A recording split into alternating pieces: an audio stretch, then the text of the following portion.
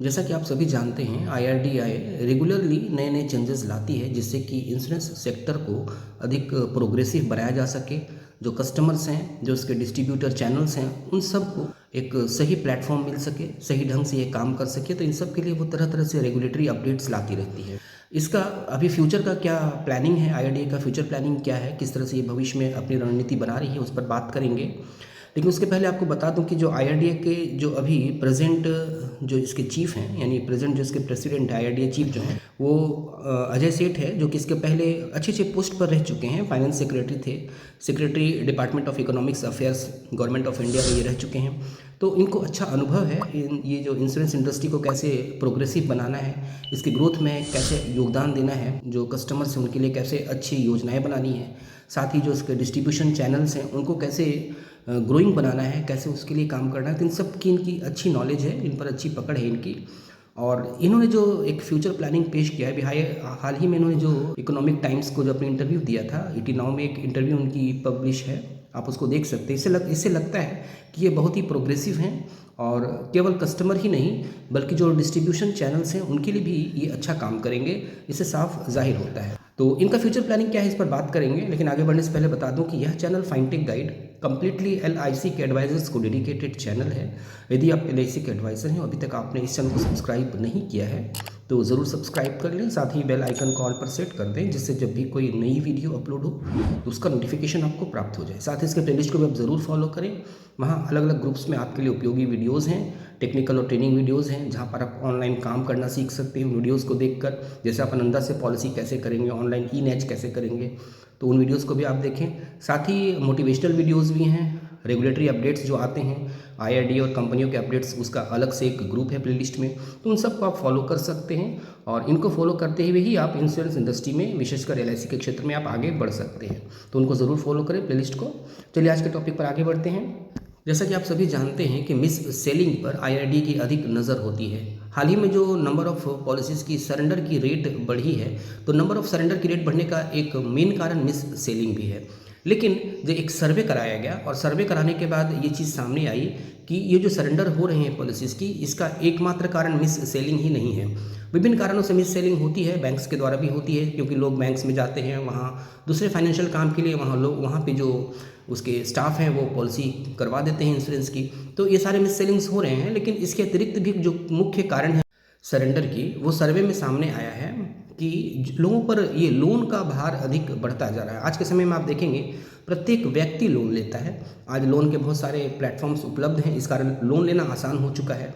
Civil score कम होने पर भी कुछ थोड़ी बहुत लोन मिल जाती है। और जब लोग लोन ले लेते हैं, लोन के चंगुल पे फंस जाते हैं, तो उससे निकलना बहुत मुश्किल होता है। और लोगों की जो टारगेट होती है, पहली टारगेट ये होती है कि हम एजेंट को फ़ोन करके पॉलिसी को सरेंडर करवा दें। तो यहाँ पर लोगों के पॉलिसी सरेंडर करने का मुख्य कारण उस पर लोन का बढ़ता भार है। ये एक सर्वे में सामने आया है, हाल ही में ये सर्वे प्रकाशित हुई है और इस सर्वे में ये सामने आया है। तो इस कारण आईआरडीए भी इस चीज़ को समझती है कि केवल मिस सेलिंग ही इसका मुख्य कारण नहीं है, बल्कि इसके अतिरिक्त जो लोगों के खर्चे बढ़े हैं, लोगों पर जो लोन का भार बढ़ता है, इस कारण ये जो सरेंडर करने के लिए जो प्रोसेस को ईजी बना दिया गया है, तो इस कारण लोग सरेंडर करते हैं। थोड़ा नुकसान होता है, उस नुकसान को वो वहन कर लेते हैं और जो भी पैसे आते हैं वो लोन चुकाने में उसको लगा देते हैं। तो इस कारण लोगों पर बढ़ता लोन जो है, ये भी सरेंडर का मुख्य कारण है। तो आईआरडीए इस पर भी काम कर रही है। साथ ही जो आगे प्रपोज्ड रिफॉर्म्स हैं, क्या क्या चीज़ें रिफॉर्म में शामिल हैं, यानी कि भविष्य की रणनीति क्या है, उसमें जो मुख्य है वो डिस्ट्रीब्यूशन चैनल को थोड़ा सा सुदृढ़ बनाना है, परसिस्टेंसी पे ध्यान देना है, यानी लगातार जो पॉलिसी होल्डर के साथ एक रिलेशन बना कर रखना, यानी सिर्फ नई पॉलिसी करना ही नहीं बल्कि उसको कंटिन्यूअसली अपने साथ जोड़ कर रखना, जिससे कि वो सरेंडर ना करें, उनको सही गाइडेंस देना। तो ये परसिस्टेंसी पर भी काम किया जा रहा है, यानी फ्यूचर में ये परसिस्टेंसी पर विशेष ध्यान दिया जाएगा, यानी कि निरंतरता पर विशेष ध्यान दिया जाएगा। यानी कि केवल पॉलिसी करना ही काफ़ी नहीं होगा, बल्कि निरंतर कस्टमर के साथ निरंतरता बनी रहे, उसके साथ एक रिलेशन बिल्डअप होती रहे। इसके साथ साथ जो डिस्ट्रीब्यूशन इंसेंटिव्स हैं, जो कमीशन दी जाती है, उस पर भी विशेष फ्यूचर प्लानिंग है। साथ ही कस्टमर चॉइस के ऊपर भी विशेष प्लानिंग है। बैंक एश्योरेंस और पार्टनरशिप, इन सब पर एक ब्रॉडर रेगुलेटरी फ्रेमवर्क बनाने की योजना है आईआरडीए की, जिससे कि इस इंश्योरेंस इंडस्ट्री को सुदृढ़ बनाया जा सके, जिससे कि कस्टमर को भी लाभ हो और साथ में जो डिस्ट्रीब्यूशन चैनल है वो भी सही ढंग से काम कर सके, बिना किसी रोक टोक के, बिना किसी दबाव में वो काम कर सके। तो ये फ्यूचर प्लानिंग IRDAI की है जो आने वाले समय में आपको देखने को मिलेंगी। यानी कि आप देखें बहुत सारे कंपनियां इस पर काम करना भी शुरू कर चुकी हैं। यानी केवल नई पॉलिसी करने पर ही कमीशन नहीं दिया जा रहा है। बहुत सारी कंपनियां ऐसी हैं जो इस चीज़ पर जोर दे रही हैं कि जिसके साथ जितने अधिक कस्टमर जुड़े रहेंगे, आप देखेंगे बहुत कस्टमर से कॉल करके उनका फीडबैक लिया जा रहा है कि आपके साथ जो आपका एजेंट है वो ठीक ढंग से रिलेशनशिप बिल्डअप करके है या नहीं, आपको सही सर्विस दे रहा है या नहीं, आपके जो काम है आपको उसमें हेल्प कर रहे हैं कि नहीं।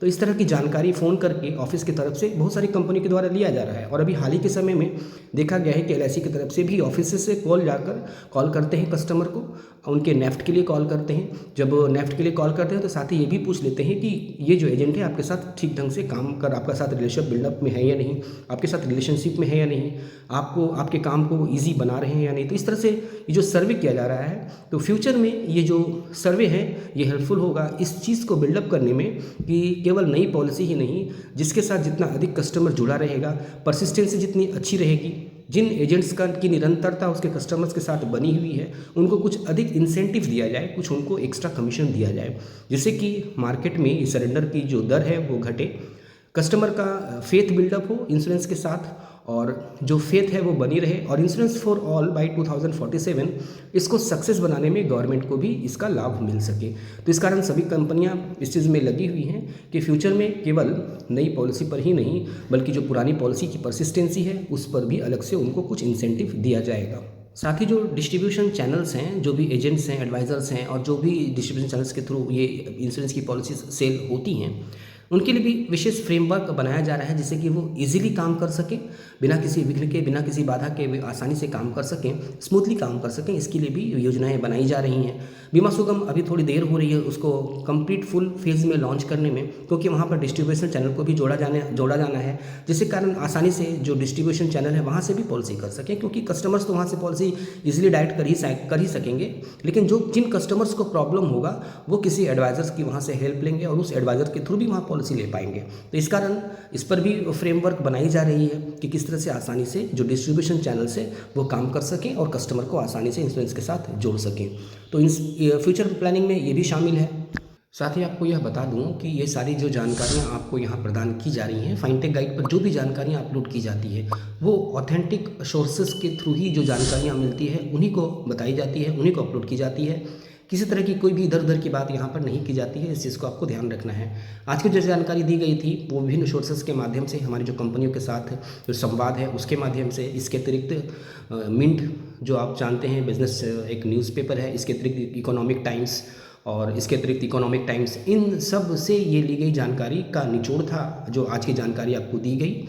तो उम्मीद है ये सारी जानकारियाँ आपके लिए यूज़फुल रही होंगी और भविष्य में आपकी जो काम करने की पद्धति है उस पर ज़रूर इसका असर होगा। यदि आप कोई प्रश्न पूछना चाहते हो इंश्योरेंस सेक्टर से रिलेटेड तो आप कमेंट कर सकते हैं। यदि शॉर्ट में उत्तर देना संभव हुआ तो ज़रूर आपके प्रश्नों का उत्तर दिया जाएगा।